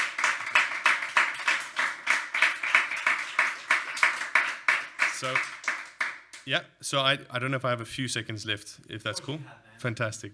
So I wanted to just touch on this piece a little bit because it was quite difficult for me to choose where do I start, where do I read in this book for you here today, and this book has many themes, and I had no idea how people would perceive it. I was writing it for myself and for Zoe, and I sort of opened it up to the world around us. And this scene was particularly interesting for me because it had unintended consequences. A lot of people were talking to me about this moment and saying how angry they were at Zoe for doing this to me, which was counter to what I intended by writing it. I wanted to describe how wise she was to be defiant in this moment and to take us off this tourist train. And if you get through later on in the book, you will notice that incredible adventures and experiences come our way because of this ethos that she was so strong in enforcing in the beginning. And I think it also highlights one last theme that I suppose I will make my message for this evening, that I had unknowingly unraveled within my own mind while doing this and having this amount of time pass between when we traveled then and now. And I think it's our current version of how we travel, which for me has changed a little bit. And I think it might be born out of the social media world that we currently live in. But we are now a generation that is pursuing comforts and, let's say, pleasures in what we're traveling. We want to make sure we're eating the best meals in the nicest spots, in the most comfortable position. And it was through the discomfort that we experienced, which I wouldn't necessarily recommend doing yourself, but it was through that we learned and we grew. And that was what was so special about traveling. We were becoming better people through understanding what our limitations were, or seeing how the rest of the world lived and growing through that. And I just think it's maybe a lesson to remember that we all live in such privilege as it is already, and we shouldn't be seeking out more privilege as a way of defining our status or anything else along those lines. We should seek to put ourselves in uncomfortable positions so that we can all grow and develop a little bit of humility along the way. So yeah, I think that's my 2 cents. Thank you very much for your time here this evening. It's a pleasure to be here with you all.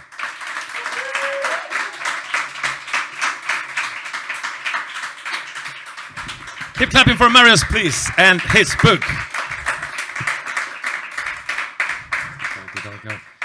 Travels with Mere Patni is the name of the book. Learned it while he was reading. Okay, people, so we have a video section tonight. Spittoon number 1, we had 2. Now we have 1. And it's going to be 3 videos. The first one, there's a duo, and the name is Poetry. How do you say that? Is it like Poetry X Music or Poetry Times Music? Poetry and Music. Composed by Liane Halton from South Africa, of all places, also, and Anthony Tao. And then the second video is going to be Evelina Berenstein, poet from Gothenburg, and a piece called Driftwood. And then we go back to Poetry, Times, X, and Music. And that is going to be in the air, if I'm not mistaken. So we're going to watch it here. People will watch it at home. And then after that, we have 1 more performer. So just wait 1 second because I have to go and play the video. So in the meantime, you can clap.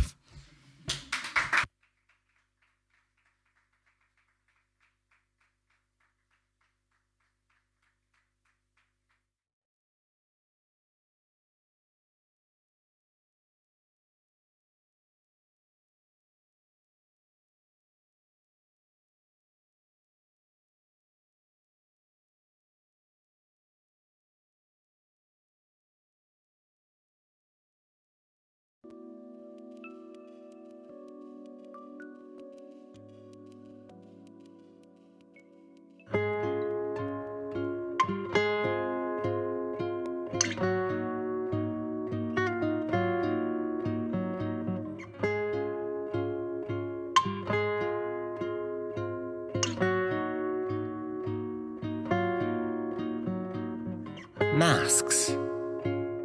Wearing them, we were more aware of the other. Our eyes locked more often, for longer, searching for provocation, gauging interest down to conjunctiva. We experimented with sounds, soughing and snuffling, and remembered the lessons our cats and dogs had taught. Ears back, head tilted. We were polite to those we did not care for, widening our expressions, softening our brows to say we understand the feeling. But Occasionally, next to a body we leaned toward, we grimaced with yearning, with agony and despair that we could not rip off these masks and laugh at our poor nerves aflutter. Our gazes settled on cloud shadow and withy, old tiles on rooftops, and dragon wings rippling the pale blue. We saw the ways we merge with the world, with the air, taking into our lungs the trees, the purslane in pavement, the rewards for being who we are. Magic, we said to ourselves, forgetting what we were afraid of.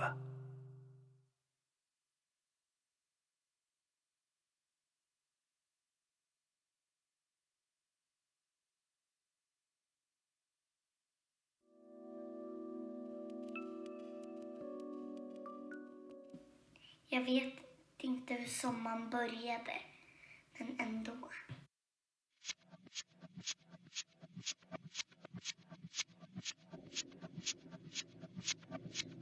Lätta moln sveper över kroppen. Den högra hjärtklaffen väntar på regnet som kommer ikväll. Vad du föreslår borde jag redan veta. Ett vänteläge, Hamnstads villebråd.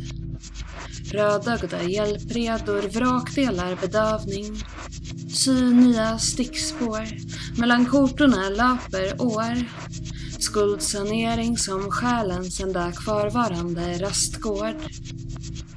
Tala inte till mig. Har mist förmågan att översätta ord till språk. Trivs du i linne, i jord under mull? Träffar du ofta rätt i bokskog? Eller låter du även detta sökande överskölja dig och beröva? Ett hav utan hav, ett språk utan språk.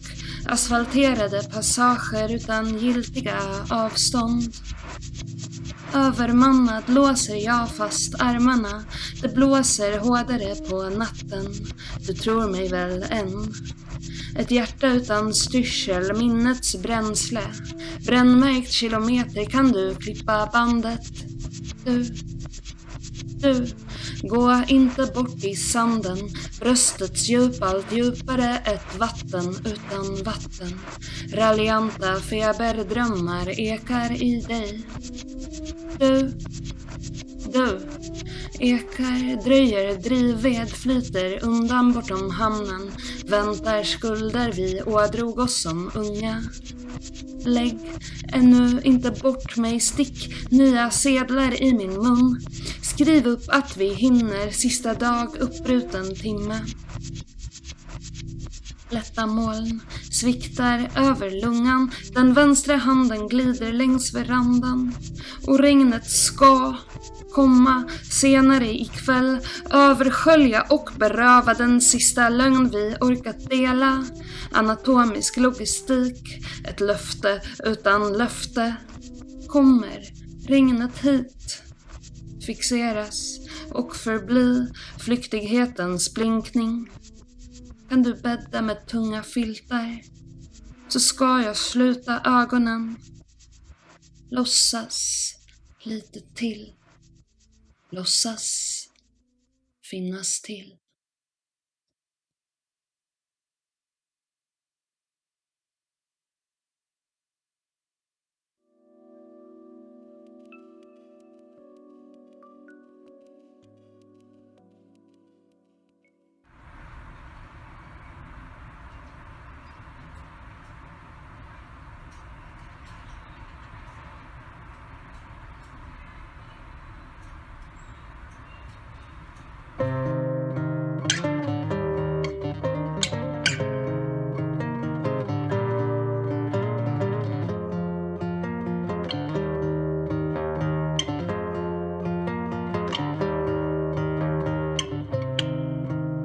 virus watched, nose pressed against the window, but the lovers didn't notice. They rolled like bonobos, shaking the bed. We heard through our walls, which means they could hear us too, shaking in ways animals can, forgetting, forgiving, our limbs, our organs, all the ways our rococo parts can thrash, can work toward climax, can spoil, omphalos of all the worlds where we exist, our vigor omnidirectional.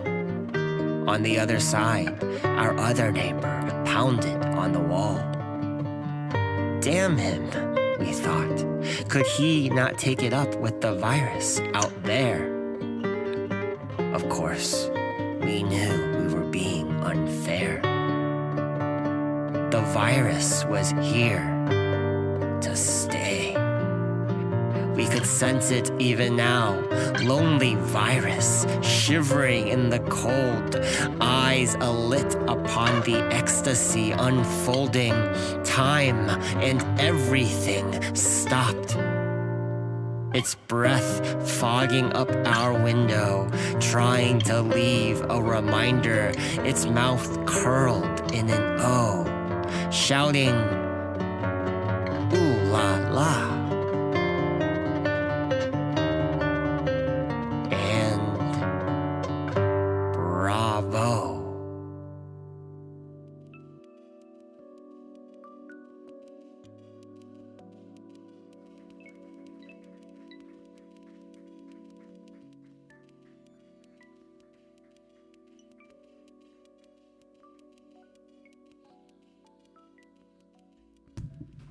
That was poetry and video. So one more time, please, for Liane Hamilton, Anthony Tao, and Evelina Berenstein.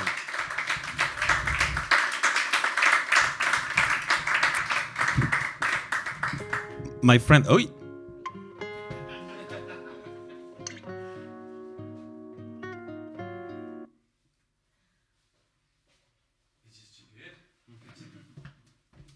We love you, Liane. You're the best guitar player that I know. Yeah, that's an excellent segue that my friend John, the one that I mentioned that is in Quebec, and he runs all the Web3/NFT side of things, he messaged me to correct me, says like poetry cross music, you idiot. So now we know the name. It's poetry cross music, hopefully. And now in the last slot of the night that I will normally reserve for myself, because it's the good one. It's the one that I love. It is just like you walk away and that's the one you remember. It's just like, oh man, that one was good. Please welcome to this stage to the most excellent Jib Omokanye.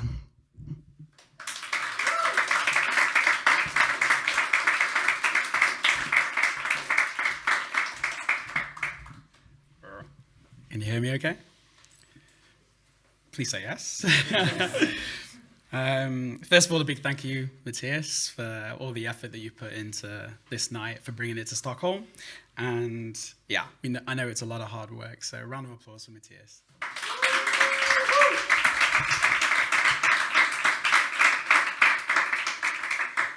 So I'm gonna do 6 poems in total, 2 recitals of other people's work, and then 4 of my own. They're relatively short, so hopefully I'll keep all your attention. Okay, so the first one, there's a lot of conflict in the world at the moment, and I thought about this poem because it's one about misplaced identity and how it leads to conflict and how it drives conflict. So it's called Flag by John Agard. What's that fluttering in the breeze? It's just a piece of cloth that brings a nation to its knees. What's that unfurling from a pole? It's just a piece of cloth that makes the guts of men grow bold. What's that rising over the tent? It's just a piece of cloth that dares the coward to relent. What's that flying across a field? It's just a piece of cloth that will outlive the blood you bleed. How can I possess such a cloth? Just ask for a flag, my friend, then blind your conscience to the end. The end.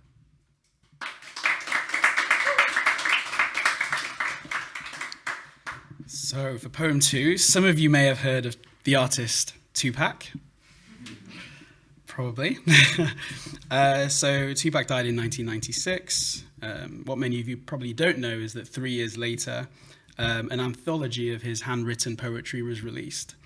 So his manager collected these handwritten pieces and sent them for publication. And what I find interesting is that they reveal a much more delicate side to his persona that was perhaps not shared in order to sell records. And so this is one of my favorite poems from that anthology. It's called What Is It That I Search For by Tupac Amaru Shakur. I know what I search for, but I know I have yet to find it. Because it's invisible to the eye, my heart must search for it blinded. And if by choice I find it, will I know my mission is achieved? Can one come to conclusions before the question is conceived? Just as no one knows what lies beyond the shore, I will never find the answer to what it is that I search for. Over.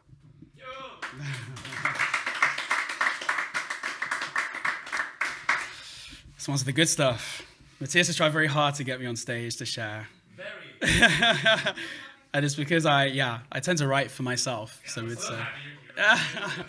it's a process to like... So my background, I've normally done kind of poetry for like science slams and sharing like research with the public or doing engagement stuff. But when it comes to kind of reflecting myself, processing thoughts, I often rhyme, but I do it in the privacy of my own home. So here are a few that I'd like to share with you today. So the first is titled Cry, and it's a rallying cry to my younger self, desperately trying to fit in as the only minority in a group. Cry. If at first you don't succeed, try again. If you've tried and tried again, cry for them. You are more than they can see. Cry for them. They don't know what it's like to be outside one of them. Don't give up on who you are. Cry for them. And when your star shines bright again, cry for them. Let your light seep into space. That was reserved for them. Let them admire from afar. Cry for them. Show your kindness, show your rage. Cry for them. Show forgiveness, show restraint. Cry for them. And finally, when light dries those tears, try and love them. The end.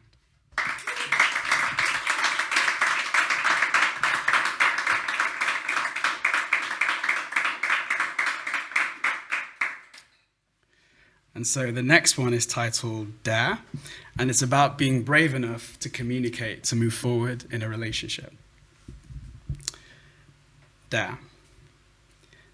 I laugh when you giggle, but not a sound can be heard outside my own head, because the source of my smile sits as memories instead. Unknowingly constructed, they occupy a space between here and nowhere.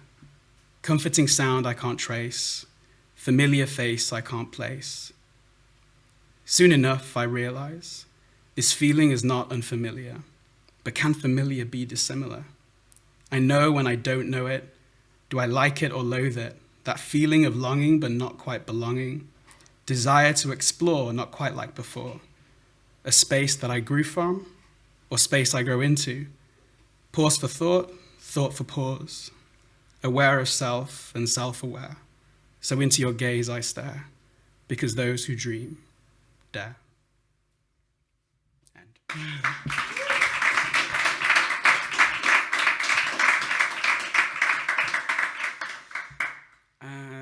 Okay, so the penultimate poem, this one is one inspired by kind of the virtual personas, or some of the virtual personas that I think shape so many of our lives, whether we choose to engage with social media or not, and it's called False Idols.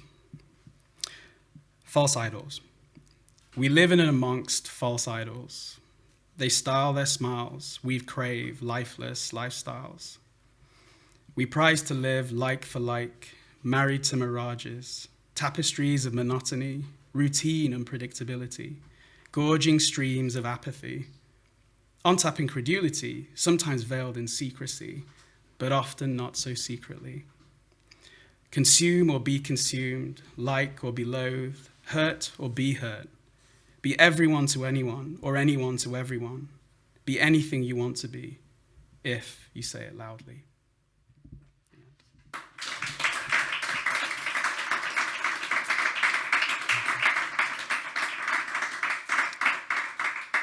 Also, shout out to my sisters who I think are watching.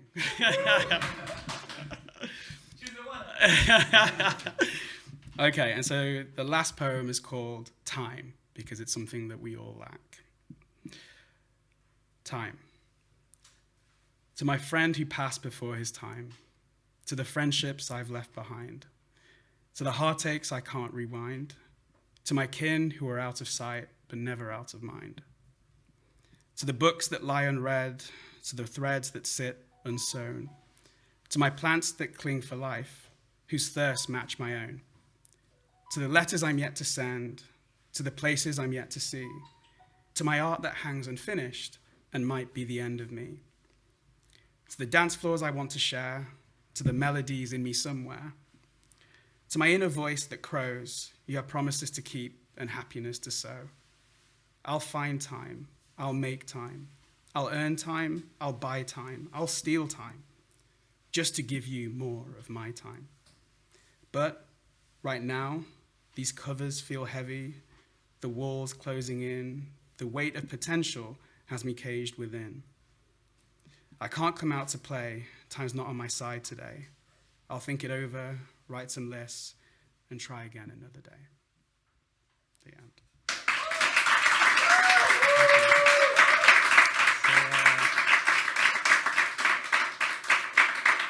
Short but sweet. So again, thank you, Matthias, for creating a space where people can share their work and also share work that you also enjoy from others. I hope to see lots of you also take the plunge and come up and present. I'll certainly be back. So thank you. Thank you very much.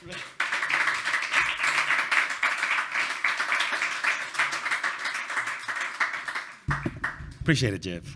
We made it, people. It's the end of it. Die, you beast! You've been just like, I've been with this for like the last 2 weeks. So I'm so happy the way it turned out. Really, I couldn't be happier. And that is thanks to you, people. I am like brain dead right now. I'm gonna go out and get blind drunk. So I'm just going to say goodbye. Thank you for being. We had more people like, watching the stream today. It's just like, it was about 15. It's like, how about double digits? We're hitting double digits. So yeah, please come back, bring your text, bring other people, write whatever you do, whether it's music or pottery, or you like to burn, no, if you burn ants with a magnifier, that's not good. But whatever you do, bring it here. There's a space for everybody. And I know that the first block was just absurdly good, and sometimes it can be a bit intimidating, you know, when you get in, you see those things, but this, as Jib said, is a space that, you know, to feel safe, to do what you want to do, and everything is welcome. And as long as you're respectful and you don't say just like racist shit, it's all good. So with that, I'm just going to say goodbye. One last round of applause for yourselves, and I'll see you on the next one. October 29th, Saturday. Please come back. We have wine. So goodbye.